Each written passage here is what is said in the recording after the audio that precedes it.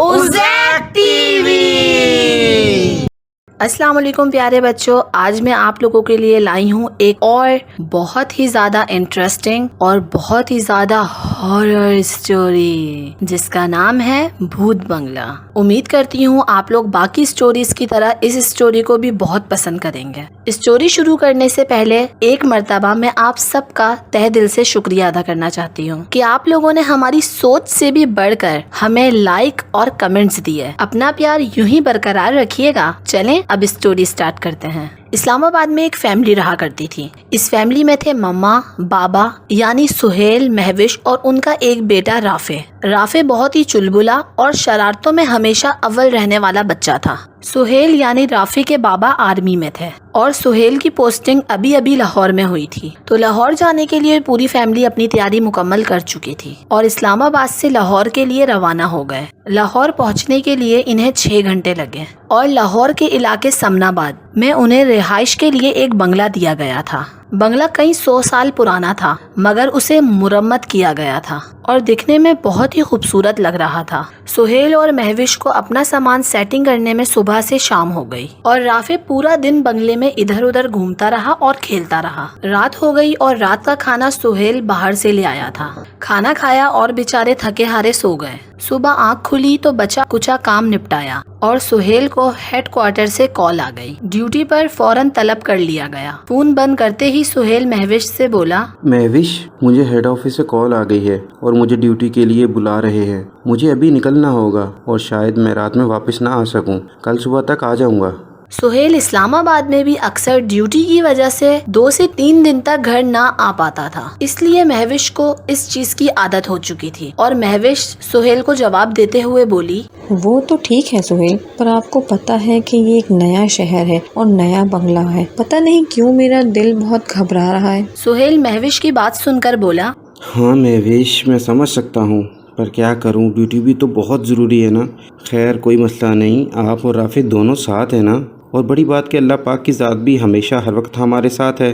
अब आप मेरा सामान तैयार कर दो, मुझे निकलना है। तो कुछ ही देर में महविश ने बैग तैयार कर दिया और सुहेल को ड्यूटी के लिए रवाना कर दिया और खुद घर के कामों में मसरूफ हो गई। कुछ ही देर में रात हो गई और महविश राफे को उसके रूम में सुलाने के लिए ले गई। कुछ ही देर में राफे गहरी नींद सो गया। महविश ने राफे को चादर उड़ाई और अपने रूम में सोने के लिए चली गई और अपने बेड पर जाकर लेट गई। अभी महविश की आंख लगी भी ना थी कि बाहर उसको किसी के चलने की आहट महसूस हुई।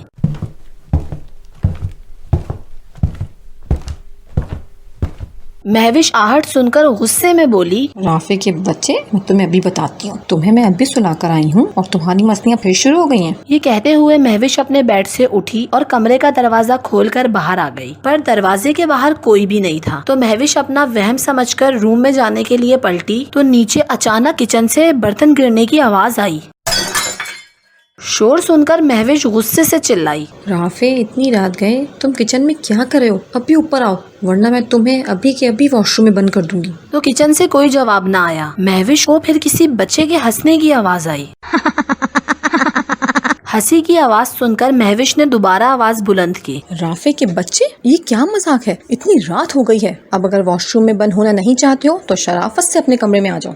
तो महविश को अंधेरे में ऐसा लगा जैसे किचन के दरवाजे से कोई बच्चा महविश को देख रहा है। तो महविश गुस्से से नीचे उतरी और किचन की तरफ बढ़ी। उसने किचन की लाइट खोली तो वहाँ कोई भी नहीं था। महविश बहुत हैरान हुई और उसको थोड़ा डर भी लगा और अपना वहम समझकर इग्नोर करने की कोशिश कर रही थी। तो उसे टीवी लाउंज से एक रोशनी दिखाई दी। महविश ने किचन की लाइट ऑफ की और दबे पांव टीवी लाउंज की तरफ चलने लगी। जाकर देखा तो टीवी म्यूट पर चल रहा था। महविश ने कहा, ये राफे का बच्चा भी ना, इसको तो मैं सुबह बताती हूँ। और ऊपर जाकर राफे का कमरे का दरवाजा खोल कर देखा तो राफे अपने बिस्तर पर आराम से सो रहा था। महविश बहुत हैरान हुई और अपने साथ हुए वाकये को सोचते हुए अपने रूम में चली गई और अपने बेड पर लेट गई। थोड़ी ही देर में सो गई। फिर सुबह हो गई और राफे अपनी मम्मा को उठाते हुए बोला, मम्मा उठे, मुझे बहुत भूख लगी है, मुझे नाश्ता करना है। महविश उठी और राफे के लिए नाश्ता बनाने लगी और साथ ही अपने साथ हुए रात वाले वाकये को सोच रही थी और खुद ही से कह रही थी, रात को कौन बच्चा था जो किचन से मुझे देख रहा था? हो सकता है मेरा वहम हो अंधेरे की वजह से मुझे साफ दिखाई भी तो नहीं दे रहा था। इतने में दरवाजे की बेल बजी तो मम्मा ने जाके दरवाजा खोला तो सामने सुहेल खड़ा था। महविश ने बोला, आप आ गए, चले आ जाएं, मैं नाश्ता ही बना रही थी। इतना कहकर दोबारा किचन की तरफ चल पड़ी तो सुहेल ने कहा, हाँ महविश, जल्दी से नाश्ता तैयार कर दो, मैं बहुत थक चुका हूँ। नाश्ता करके थोड़ा सा आराम करूँगा। महविश ने नाश्ता लगाया। तीनों ने मिलकर नाश्ता किया और सुहेल जाकर अपने रूम में सो गया। 3 घंटे बाद सुहेल वापस उठा और आवाज लगाने लगा, महविश, महविश, कहाँ हैं आप? महविश ने रूम में आते हुए जवाब दिया, हाँ जी, उठ गए आप, आपकी थकावट खत्म हो गई। सुहेल ने कहा, हाँ हाँ, शुक्र है अल्लाह का, अब बिल्कुल ठीक हूँ और फ्रेश भी हूँ। आप बताओ राफे कहाँ है, क्या कर रहा है और आपकी रात कैसी गुजरी? महविश बोली, जी कहाँ होंगे, आपके साहबजादे यही होंगे, किसी शरारतों में मशगूल, और उनका काम ही क्या है। और रात के तमाम वाक़ये के बारे में बताया। ये सुनकर सुहेल ने कहा, अरे महविश, ये आपका वहम होगा, नई जगह है ना, और कल की आपको थकावट भी बहुत हो गई थी। नींद पूरी ना होने की वजह से अक्सर दिमाग ऐसे उल्टे उल्टे ख्यालात पैदा करता रहता है, तो आप परेशान नहीं हो। और महविश ने सुहेल की बात सुनकर इस वाक़ये को इग्नोर कर दिया। यूं ही काम काज में रात हो गई। रात में सब आराम से सोए तो सुबह सुहेल के मोबाइल की रिंग ट्यून हुई।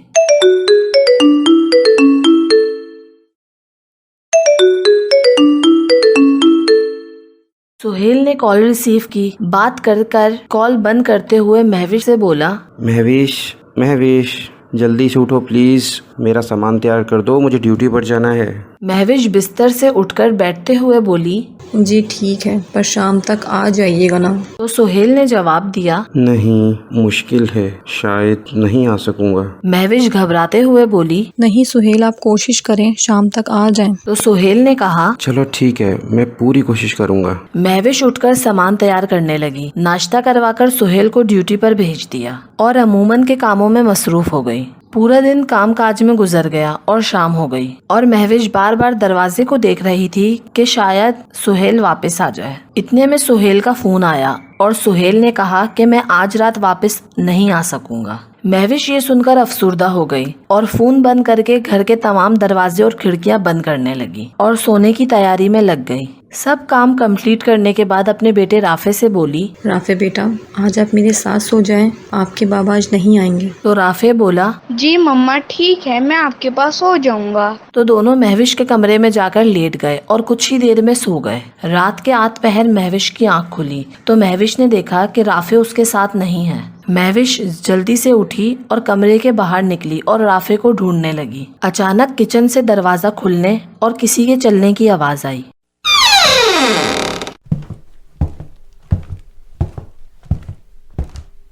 तो महविश चिल्लाते हुए बोली, राफे बेटा, क्या आप किचन में हैं? वहाँ आप क्या कर रहे हैं? और किचन की तरफ गई तो किचन का दरवाजा खुला हुआ था। लाइट ऑन कर देखा तो वहाँ पर कोई भी नहीं था। महविश बहुत डर गई तो किचन के बाहर से महविश को किसी के चलने और हंसने की आवाज आई।